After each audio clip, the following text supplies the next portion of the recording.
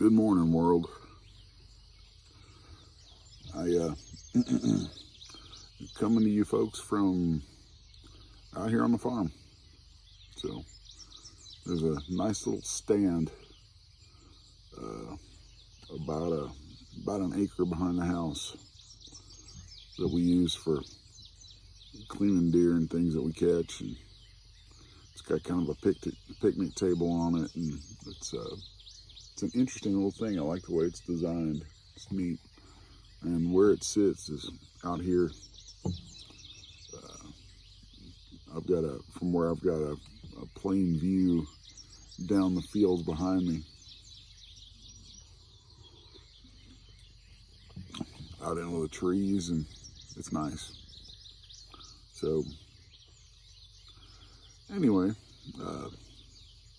I've been kind of absent from my updates and posts and things like that lately. Mostly because I've been really busy with work. I've got a lot of comic stuff going on, and that's really good.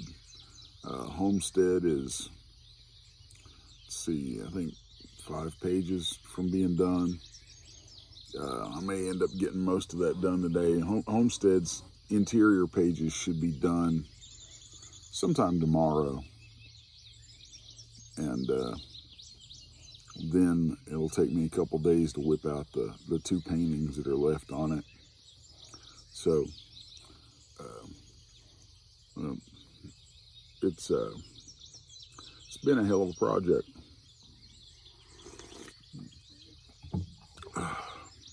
So why I'm on here with video instead of just writing like I usually do? Well, partially because I finally replaced my iPad with a new one, and I'm super happy about that. And so I can actually take this, and be able to do video and stuff from places other than the shop or the house, and places without Wi-Fi. That's nice. It's a nice thing to have finally.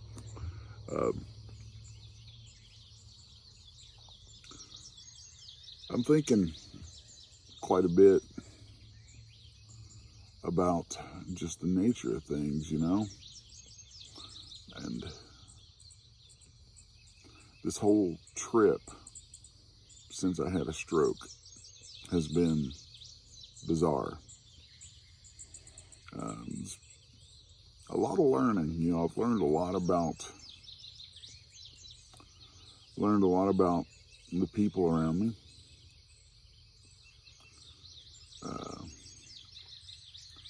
Kind of learned where people, where they have their breaking points with life's stresses, and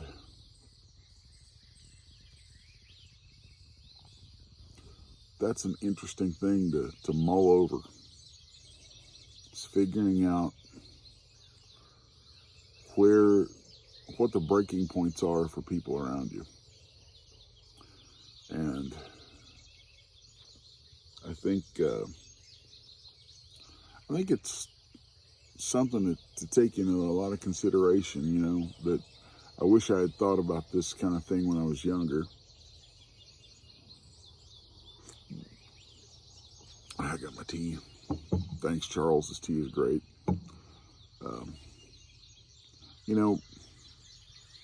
Everyone has breaking points. Everyone has breaking points. And some people are flexible, and they'll bend when the wind comes. They'll bend to the point that they lay down. And they may stay down for a while, and they may snap back. Others just snap. And the amount of tension they can take before they snap varies. And trying to get some kind of an assessment of what those stress levels are for the people around you, I think, is a valuable practice.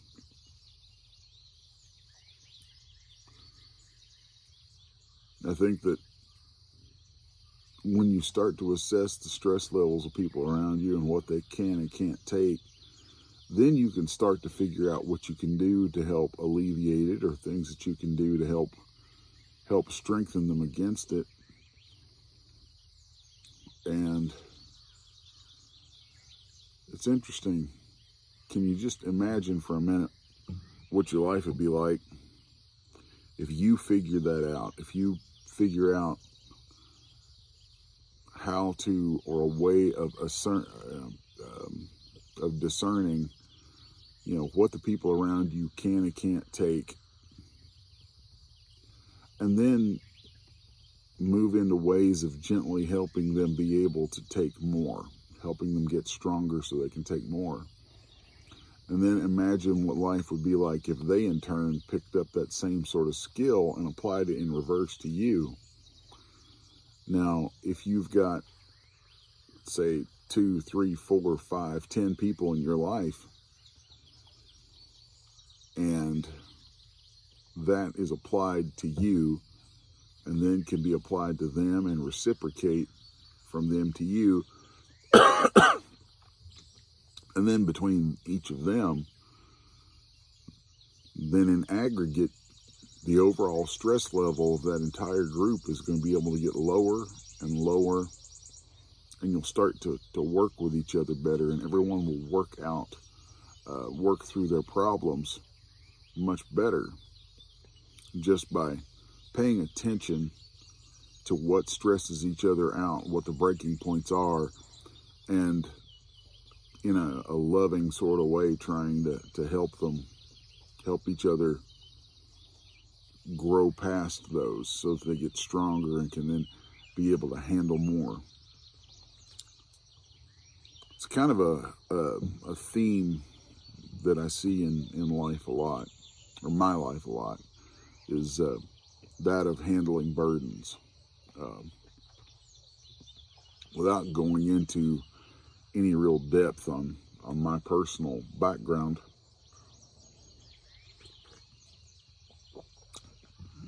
I've always had a real tendency to throw myself into things in such a way that I'm carrying quite a bit, carrying the heaviest load that I can carry, whether it's work or physical training or my personal and emotional life. A lot of times I just throw so much on my own shoulders that, I feel like sometimes people around me can become dependent on that because I'm carrying so much. And oftentimes I will put so much on myself that I lose sight of what my own breaking points may be.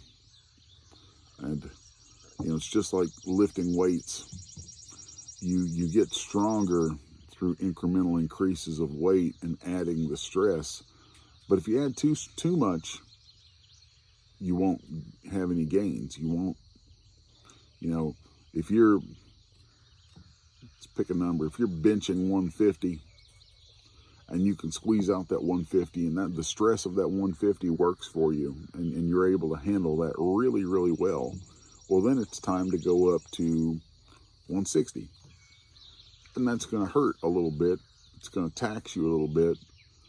But then you keep pushing it and working it until eventually that 160 is not so bad, and you can handle it. And then you move on up again, 170, 180 eventually. This is how you get stronger. In martial arts, when you start out, you learn your first, learn how to throw a proper kick the first time. Throwing a set of 10 of those could wear you out.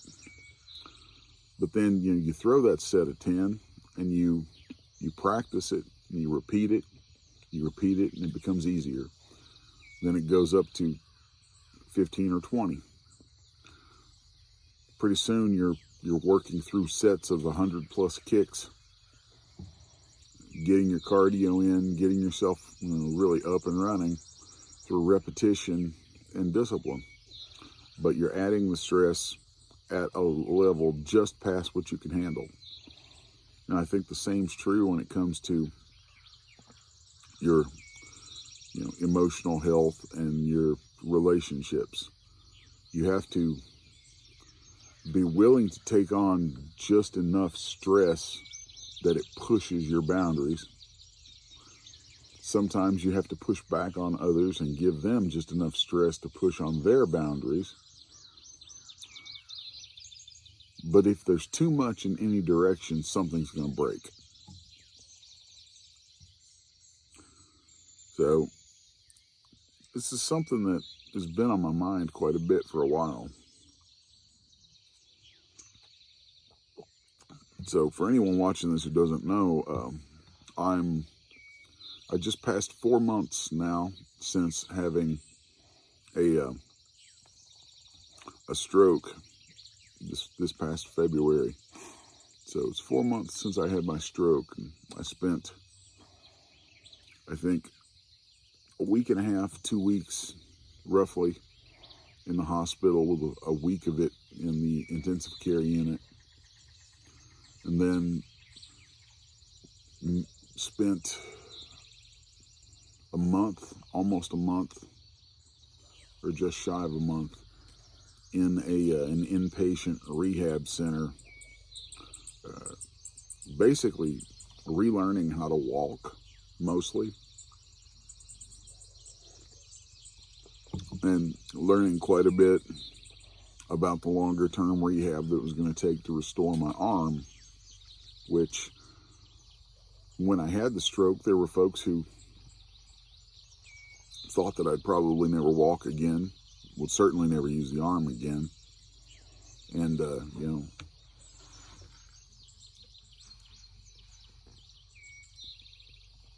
at this point, we've got the ability to raise up some. I can move the wrist with a great deal of effort. My fingers have regained some movement. And if I spend time massaging the hand, working on it, and getting it to really relax, then the fingers gain more movement, and I can do some things functionally. Of course, where I'm sitting right now is not an optimal place to really move the arm a lot, but trust me, it does a lot more than anyone thought it would, and I'm confident that it's going to see a full recovery. So, at 4 months out, still well inside the window of projected recovery time. So this is something that everyone said, it takes a while. It could take you a year. Some people, it takes years to get things back. But anyway, where was I? Oh, yeah. So, I've been thinking quite a bit about these things, like stresses, what stresses me, what stresses other people, how I deal with it, how they deal with it, which is partially the thought of it's brought on because the damage that was done from the stroke, it's very counterintuitive what happened, because along with wiping out motor control to the left side of my body, which thank God I'm well on my way to getting back, it also affected the center of the brain that does emotional regulation. So when it first hit, the first few weeks after the stroke, to say that I was an emotional wreck would be an understatement. It was,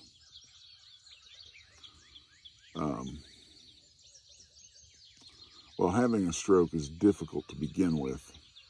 any kind, you're immediately going to have a kind of grieving with it, because there's just things that go with it that are, any kind of stroke you have, it's going to be tough. And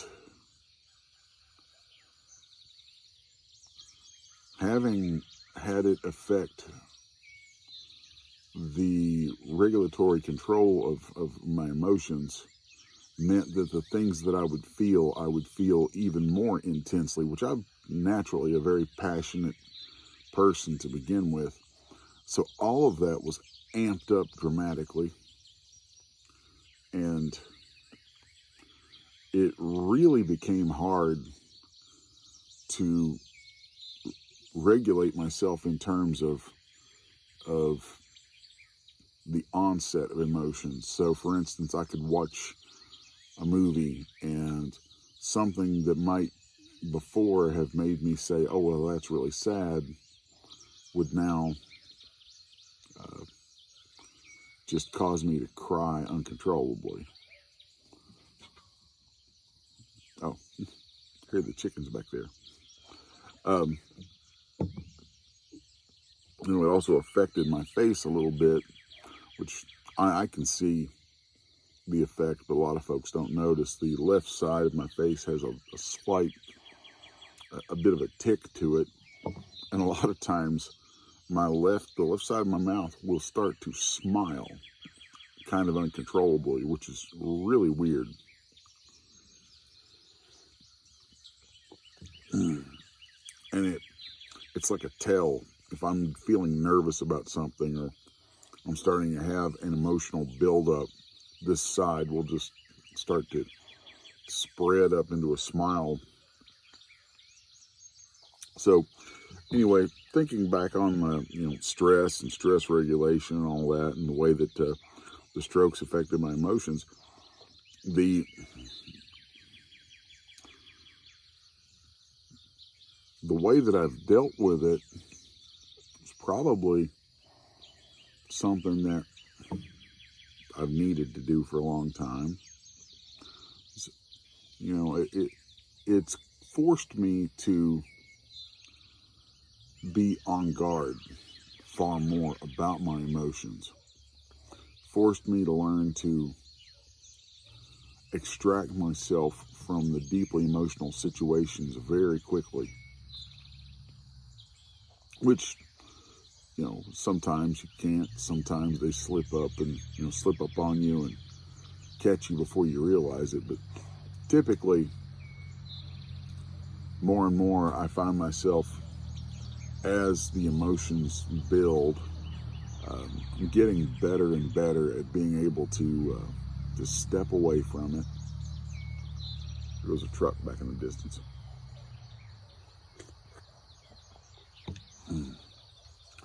But stepping away from moments of heightened emotion can also add to those stresses on people around you. Especially when maybe they think that you're no longer engaged with whatever important thing they're sharing that might be stressing you out, and the stress level gets high and the emotions get high, and you have to step away. It's very difficult, and something that I'm still navigating and trying to figure out, but it's definitely a part of things that, well, it's a part of things, and it's tough, I mean, it's a tough thing. Thinking back on it, it's a tough thing to deal with just in normal life, and after something like this happens, it becomes really difficult. So anyway, that's kind of the thing that my brain's been spinning over and over on this morning. And hello, bird. I think the reason that I decided to try doing this with video, other than being able to step out into the environment around me, which I love it here. It's great. is that the subject matter of what was on my mind, I think, is far more fitting for an actual spoken conversational presentation more than just text and just writing it. So anyway, that's my thoughts for the morning, and a quick update on things. You know, I would say that I've gotten far better, maybe far better at controlling those emotions and things now than I've ever been, even before the stroke, because the realization that there's a thing there now that's making it an issue is forcing me to be very conscious of it. And that can be very tiring, but, you know, it's better than losing my mind constantly. Which is not to say that I don't occasionally lose my damn mind to begin with, but there are definitely stressful moments when there's something I'm trying to do with my left hand that really should be super simple. And, you know, it just isn't wanting to comply. And there are definitely those moments when, if I'm by myself, I will indulge myself in a good loud scream. You know, in my shop, I'm working alone now most of the time, and so if I need to have a little outburst, I can indulge in that, which is actually quite freeing. But you know, that's neither here nor there. I guess it's just part of things. And physically, you know, since I did say this was a bit of an update, you know, physically, as of my last assessment, which we're doing monthly therapy assessments, as of my last assessment, my arm had increased mobility 80% over the previous assessment, which brought it up to about, I think the therapist said somewhere around 25%, which is way better than zero, you know. So, you know, we're 4 months in, the arm's at 25%. If I can continue the momentum and continue that rate of recovery, then, you know, at 9 months to a year, it should be back into the, you know, 75 to 100% range. I love living here. As I sit and do this video off in the distance, about 2.5 acres away, I can see a deer roaming around the field. Hey, buddy, you keep getting used to that field. November's coming, son. I do love venison. And thank God I was able to prove to myself, even after the stroke, I could still hunt. So deer season's coming, folks. And we got a lot of them out here. Oh, he's a big one. Hey, buddy. How you doing back there? That's right. Get used to that field. We'll see each other come November. Hey. So, you know, sometimes you got to talk to your food. Well, anyway, that's going to wrap this up. I don't want to drone on too long because Lord knows I can be long-winded. So whoever watches this, you know, thank you for giving me a little bit of your time, and be sure to take care of yourselves. Hug the people around you. Try to help each other's stress levels out, and, you know, generally just be good to each other, all right? So thanks, and, you know, God bless all of you.